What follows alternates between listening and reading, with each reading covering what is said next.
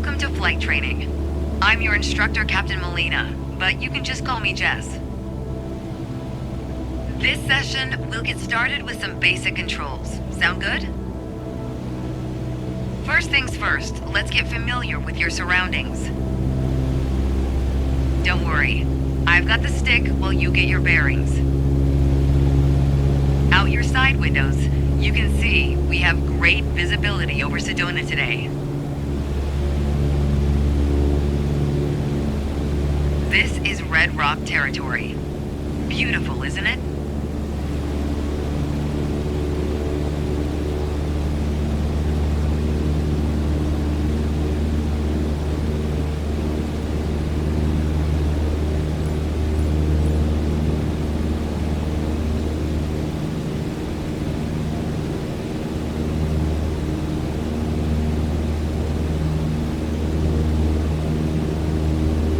You can spot the Sedona Airport.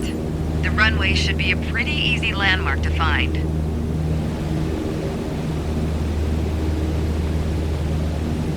There you go. Visual confirmation on the airport. Now that we're oriented, it's your turn. Time to fly this bird. The first control on our training list is the yoke. I still remember my first instructor saying the yoke is like a steering wheel. Almost. Sure, you can turn, but you can also pitch. For starters, it controls the ailerons. And the ailerons, they allow the plane to roll and bank into turns. Go ahead and try rolling to the right. Nice. Now let's see you level back out.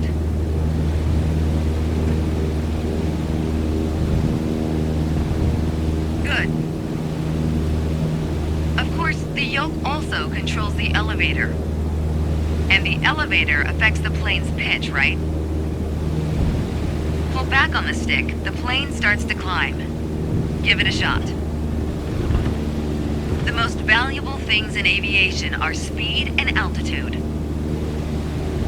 But notice, when you're pitching up, your speed is decreasing. You could add more power.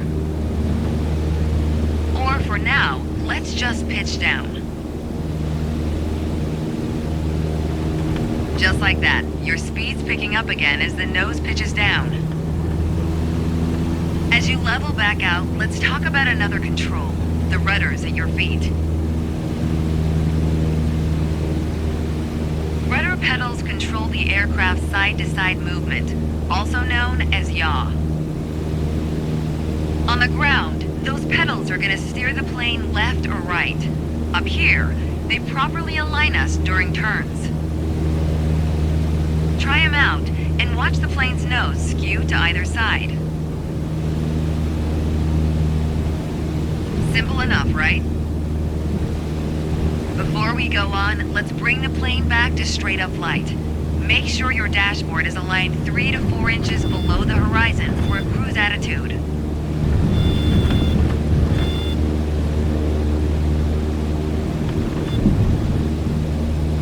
Okay, the last thing we're going to cover now is the throttle. If you have the need for speed, then the throttle's for you.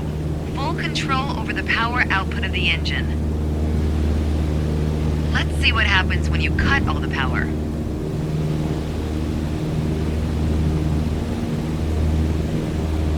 Surprise, surprise, our altitude is decreasing. This might be a good time for a piloting PSA. Always keep an eye on your surroundings, because nobody likes a low-flying duck. All right, let's go ahead and throttle back up. There you go. Speed is increasing, and as long as we maintain the same attitude, our altitude will keep climbing too. You're really getting the hang of your controls. Before long, you won't even need a co-pilot. Until then, if you want help with the radio or checklists or simply flying the plane, I'll be here. You can pass me the controls when you're ready to finish your session. or keep flying. It is a great day after all.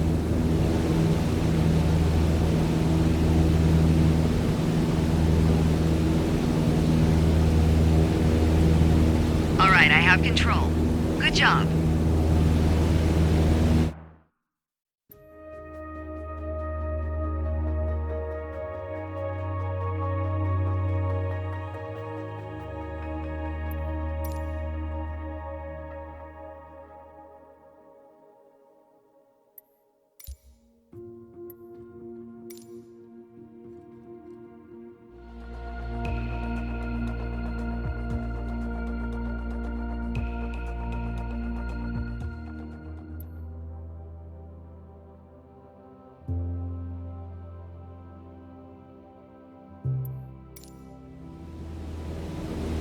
Today we're talking about attitudes of flight, how your plane is oriented relative to the horizon.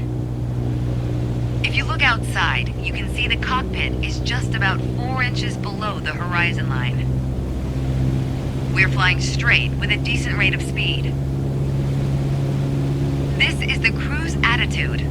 Let's see how it reads on your instruments. Take a look at the attitude indicator. As the name implies, it shows your current attitude. The white line is the horizon, with the sky above and the ground below. That orange element in the middle, aligned with the horizon, that's your plane. Just like we saw outside, our current attitude reads pretty much straight and level. Okay, now let's see how much power the engine's generating. Check your tachometer. Looks like we're pushing around 2,300 revolutions per minute. Combined, attitude and engine RPMs translate to aircraft performance. Which leads us to your airspeed indicator. Now, last but not least, check your altimeter. To figure out your altitude, you always want to read the small needle first. That's how many thousands of feet up you are. Then on to the big needle for the hundreds. With our current attitude and power output, we're holding a speed of 90 knots and a stable altitude of 6,000 feet. But that's about to change. Take the stick when you're ready. Pull back slightly on the yoke to raise the nose just above the horizon line. About 2 inches. Make sure you don't pitch up too much, or the angle will be too steep to create lift. And without enough lift, we'll stall. Alright, go full throttle and start climbing. Welcome to the climb attitude. See how it shows up on your attitude indicator and tachometer? According to your altimeter, we're gaining altitude. But we're losing airspeed even at full throttle, proving you can't avoid basic physics while making a climb. Okay, before we go on, let's get back to a cruise attitude. Ease up on the yoke and aim your nose just below the horizon. Then throttle back down to 2,300 RPMs.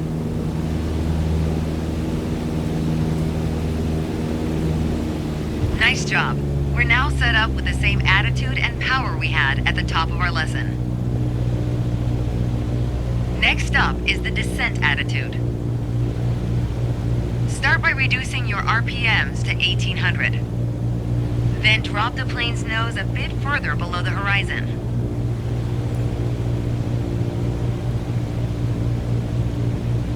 As expected, with a nose-down attitude, our altitude is decreasing while our speed is picking up.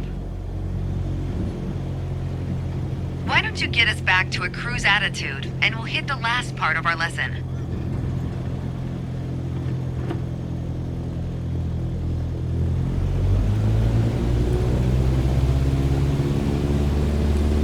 There we go. Now that we know how to cruise, climb, and descend, let's talk about the turn attitude. Gently pull the yoke left or right to start rolling the plane. If you take a look outside, you can see how our attitude's changed, but you can also check your instruments for the details. As a general rule, you always want to keep your turns under 30 degrees.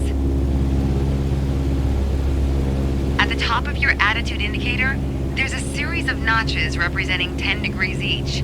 Use them to control your roll. Notice the more you turn, the more you need to pull back on the yoke to maintain altitude. When you're rolling out, you'll need to do the opposite. Roll and push at the same time. The more you know about the main attitudes of flight, the closer you get to that pilot state of mind. So keep practicing, and whenever you're done, pass me the controls.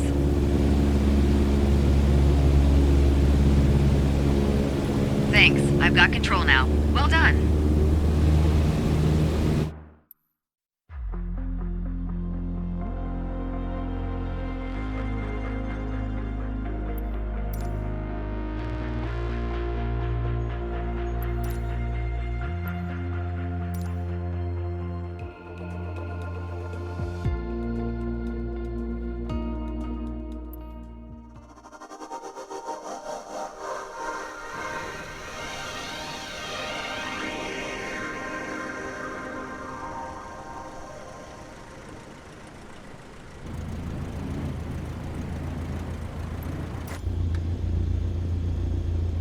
There's an old saying I like. A mile of road will take you a mile. A mile of runway will take you anywhere. Taking off isn't hard, but there are a few key points to remember. First, we always take off into the wind, which won't be an issue on a calm day like today. Second, before we enter a runway, we always make sure it's clear. Everything looks good, no cross traffic. Go ahead and taxi into position. The rudder pedals should make steering the plane pretty easy.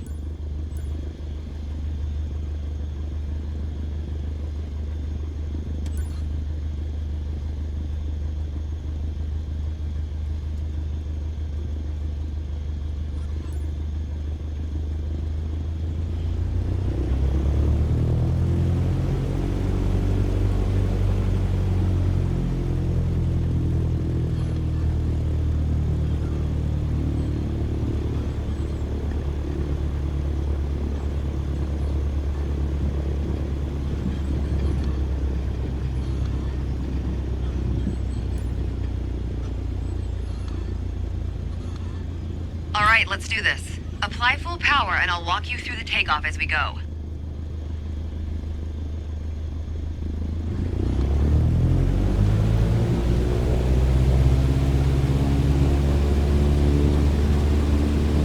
Use your rudders to stay on the center line and keep pushing power until you reach 55 knots.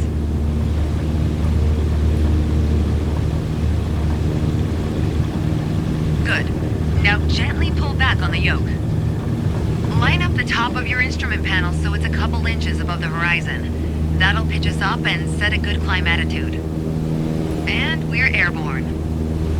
Focus on flying straight. Use your rudders to keep the runway heading of 210 degrees. Maintain 75 knots and we'll reach our target altitude of 5,500 feet in no time.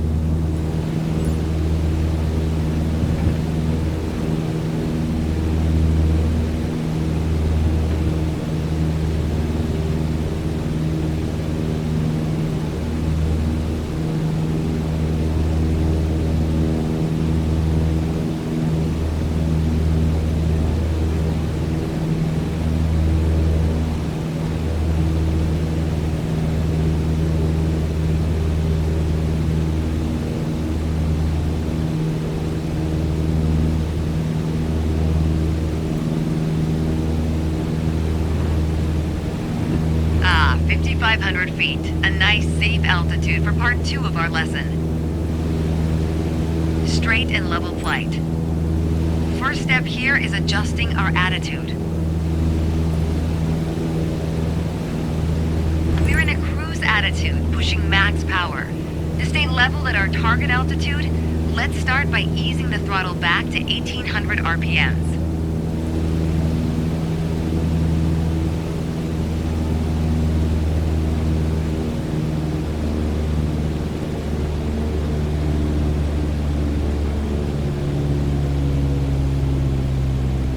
probably noticed, to maintain altitude, you need to pitch the nose up. You could just keep pulling on the yoke to hold steady, but that's not really a precise means of control. Probably better to adjust your trim wheel until you don't need to push or pull on the yoke. Drag the trim down when you need to set the nose up. Drag it up to set the nose down. Try adding trim to keep us at 5,500 feet without increasing throttle. If you feel our pitch slipping and need to get back to the proper attitude, don't worry. Just pull on the yoke, then dial in the right trim. The way I was taught, when you adjust the trim, you make rough changes at first to remove pressure on the yoke, then small adjustments to find the perfect setting to keep your desired attitude. That's the key to straight and level flight. It saves you from constantly pushing or pulling on the yoke. And that gives you more time to enjoy the ride. If you want more practice using the trim, go for it. Whenever you're ready to pass the controls, I'll be here. Okay, I have control. Hope you enjoyed the lesson.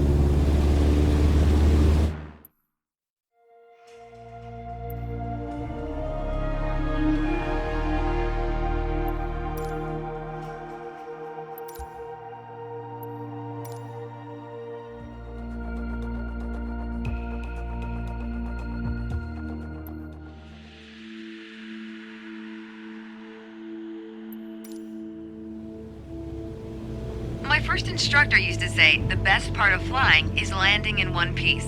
The man was a terminal pessimist, but he wasn't wrong. Today, you're in charge of bringing us in for a safe landing. We've got clearance for a straight-in approach, so we don't have to complete the standard traffic pattern. And I've already set us up in landing configuration at 65 knots with 10 degrees of flaps and idle power. We're on the glide slope now. Maintain speed around 65 knots. Change your pitch if you need to, and keep your aim point on the runway number. When you're targeting the runway number, you want to keep it steady in your sights. If it looks like the number's moving up in your windscreen, you're coming in low.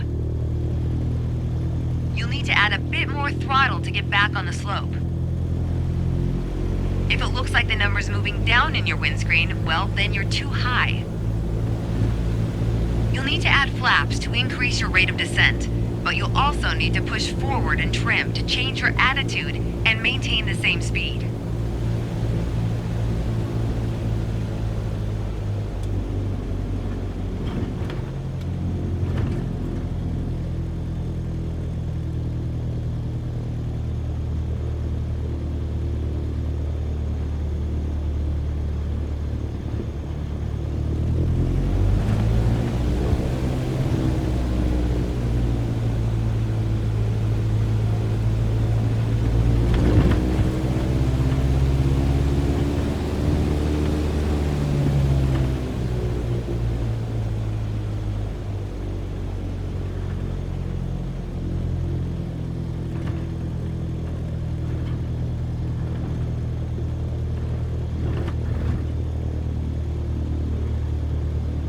Keep your aim point on the runway threshold.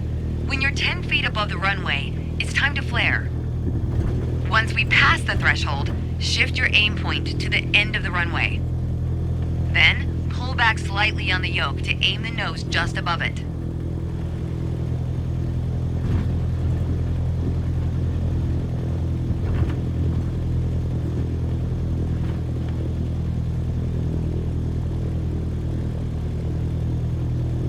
Okay, we're past the threshold. Start the flare. Keep pulling back slowly. Let the plane settle onto the runway. Don't push it down, but don't let it start climbing. Nice. Now apply the brakes to slow us down and bring the plane to a stop.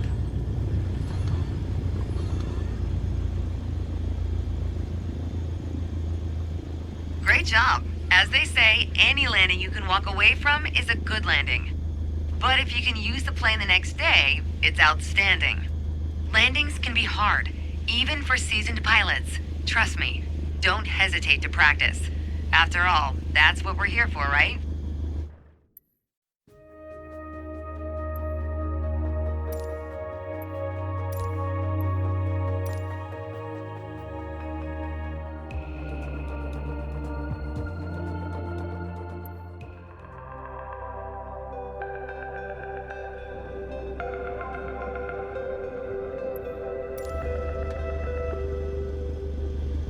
let's be honest, no one likes going around in circles. Unless you're a pilot training on traffic patterns. Sedona's standard traffic pattern follows a 1,000-foot altitude around the main runway. By the time we're through here, you'll know how to complete the full run from takeoff to landing. So let's get started.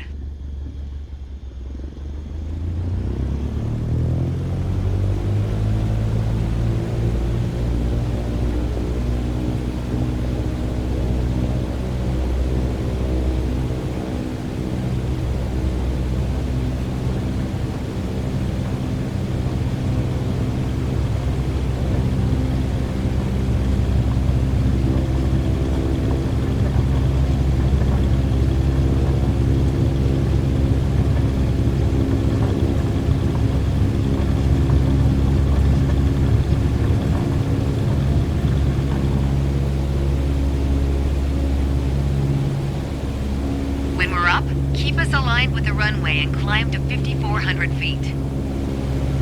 We're going for a left-hand traffic pattern.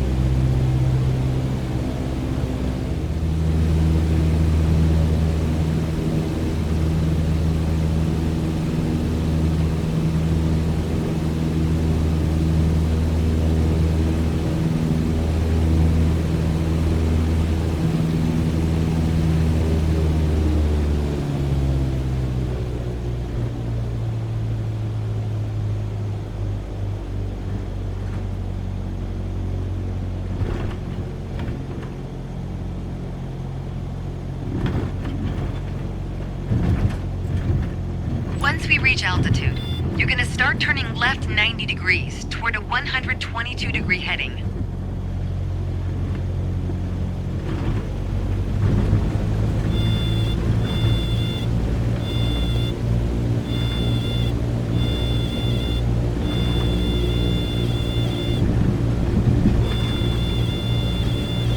Okay, we're in the pattern. Get ready to enter the crosswind section. Good. Keep going till you reach the traffic pattern altitude of 5,700 feet. Ready to make your left turn downwind? When the runway appears at the halfway point of your wing strut, you'll know you're at a good glide distance.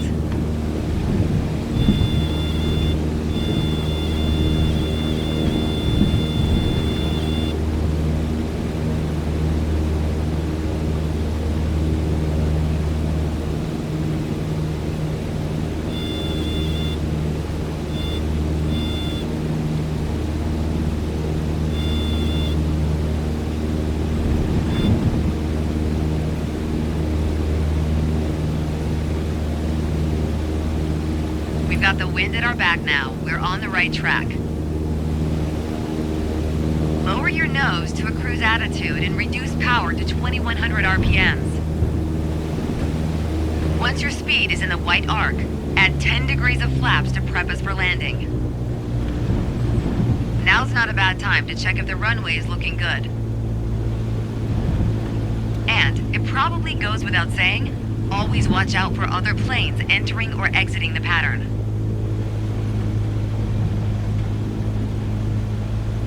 We're gonna fly past the end of the runway here. Keep going until you see it at a 45-degree angle behind you.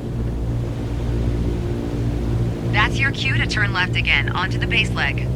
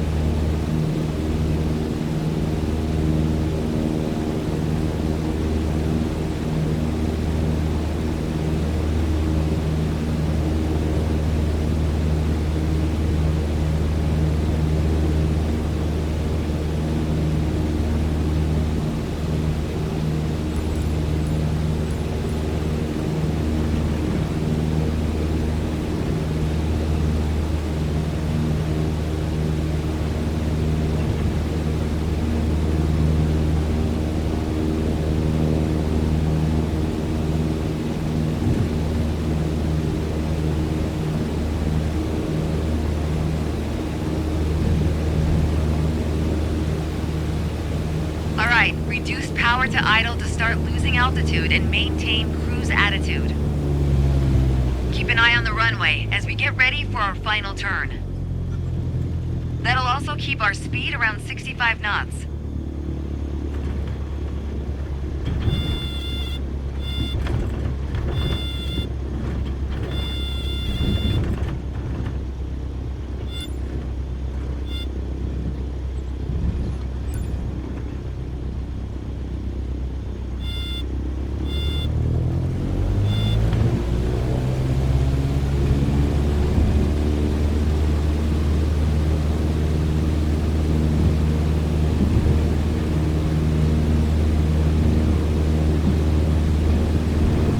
There we go. The runway's in full view. Make sure to keep the plane centered on approach. If you're too high, add flaps. Too low, add power to maintain the glide path.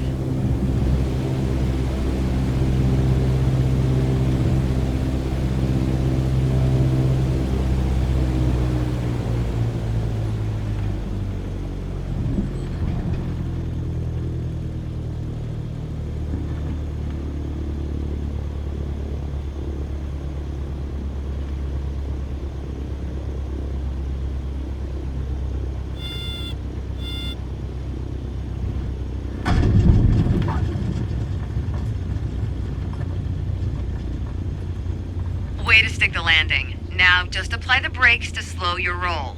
And make sure you don't stop on the runway, of course. If other planes are looking to land, we've got to move.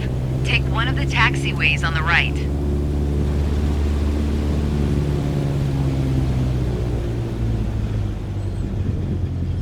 Good job. As an old instructor said to me, not only did you not die, you're really learning to fly.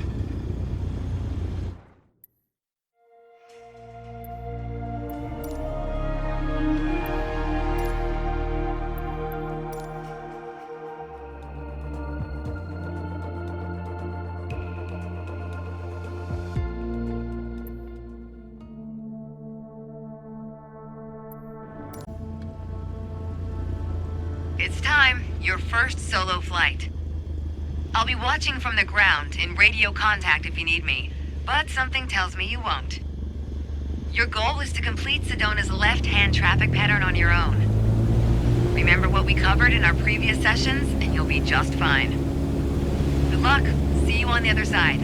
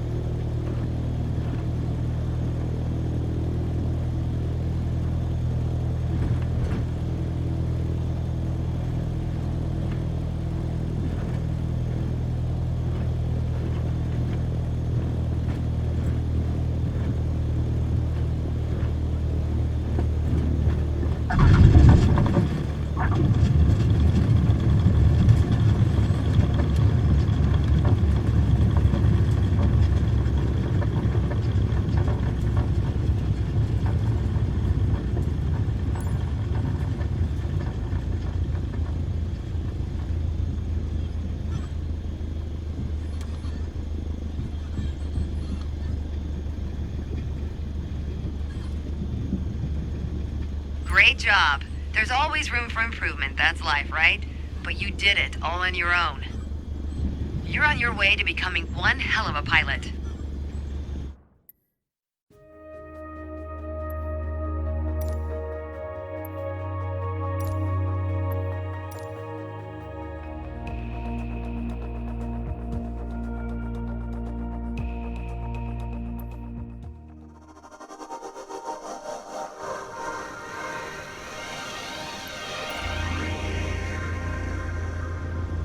I've always said, flying is freeing. Open skies, endless possibilities. But to fully enjoy it, you need to be prepared. We're going to focus this lesson on navigation prep and procedures, the fundamentals of getting from point A to point B. Step 1, putting some distance between us and the ground.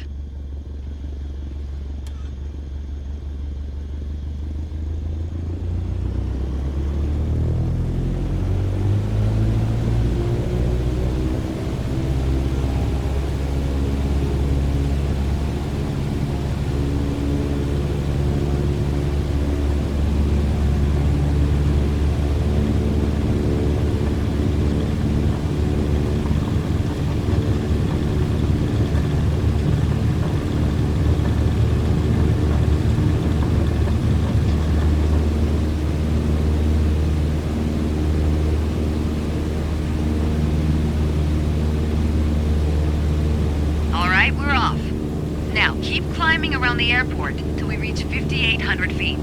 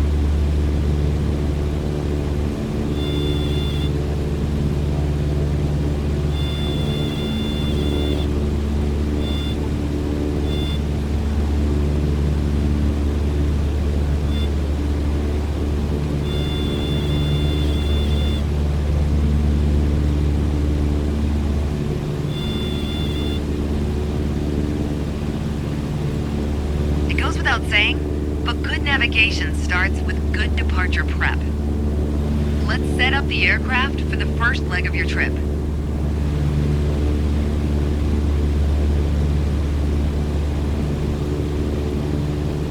Attitude? Check. Now for your heading. When you need to set and maintain a heading, you'll want to rely on your heading indicator. Compasses are prone to errors, especially during turns or while accelerating or decelerating. Go ahead and position your plane above the airport.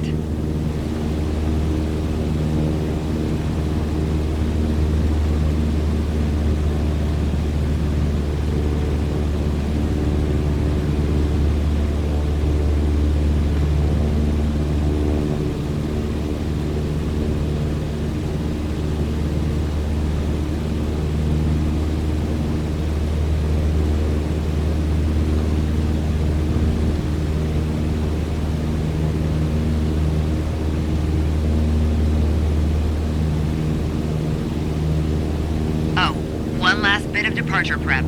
We need to validate the time. That's a fancy way of saying start the clock.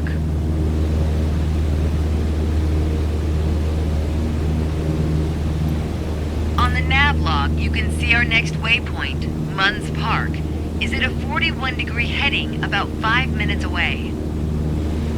Navigating is basically flying a given heading for a given amount of time. Sometimes you deviate, but if you track the time flown from your last known position, you'll always have at least a range for your current position.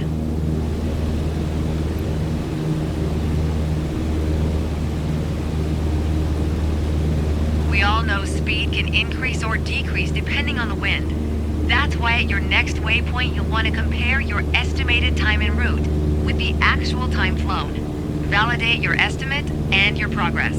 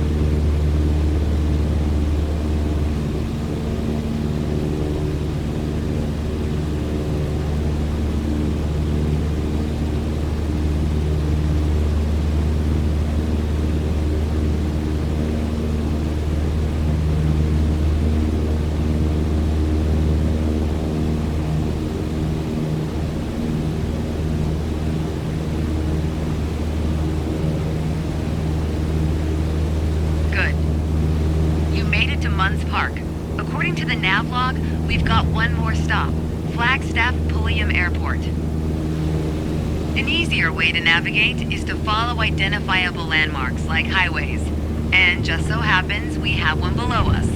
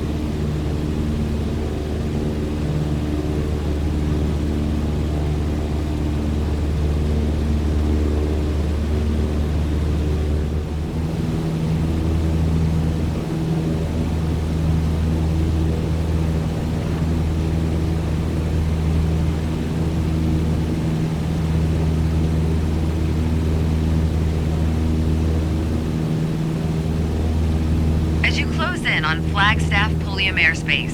Next step is setting up to enter the traffic pattern. We've got clearance to enter the downwind leg and land on runway 21. Keep your attitude, then follow the standard pattern.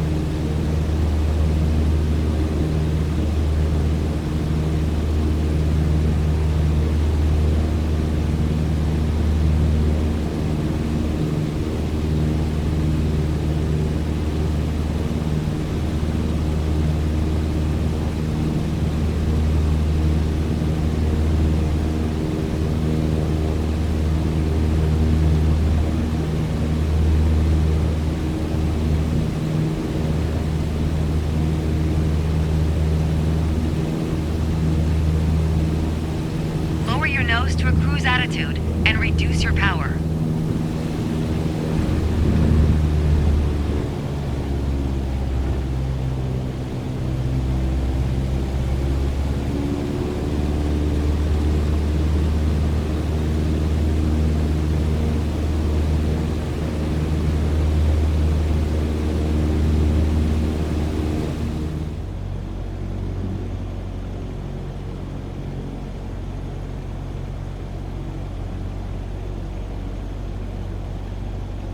Power should be at idle now, so you're losing altitude while maintaining cruise attitude.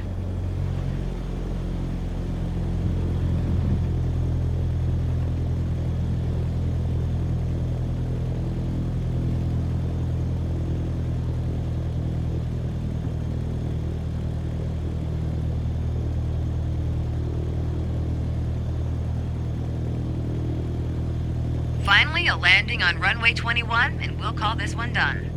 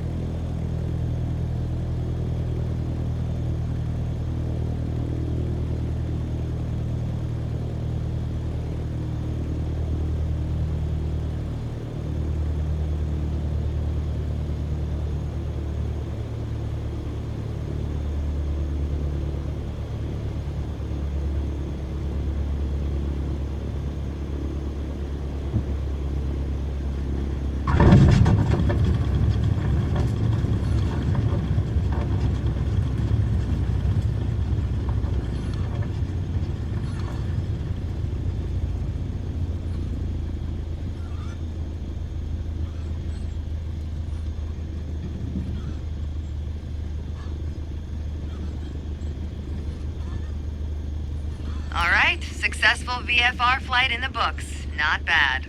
Not bad at all.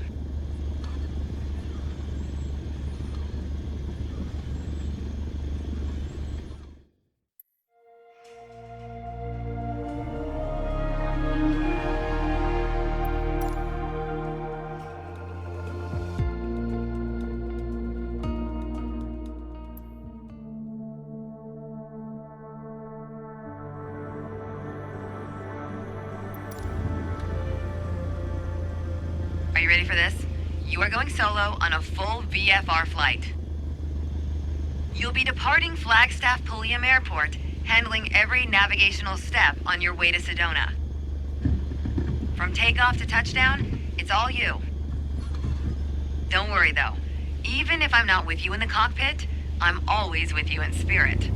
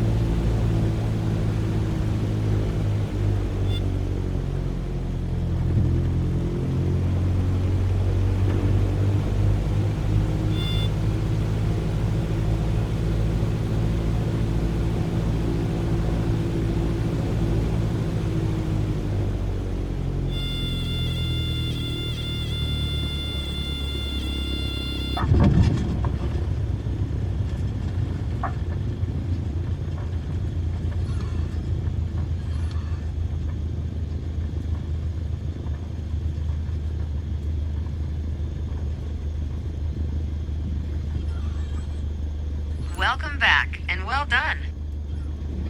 It's clear you're ready to fly anywhere on your own now. So, where to next?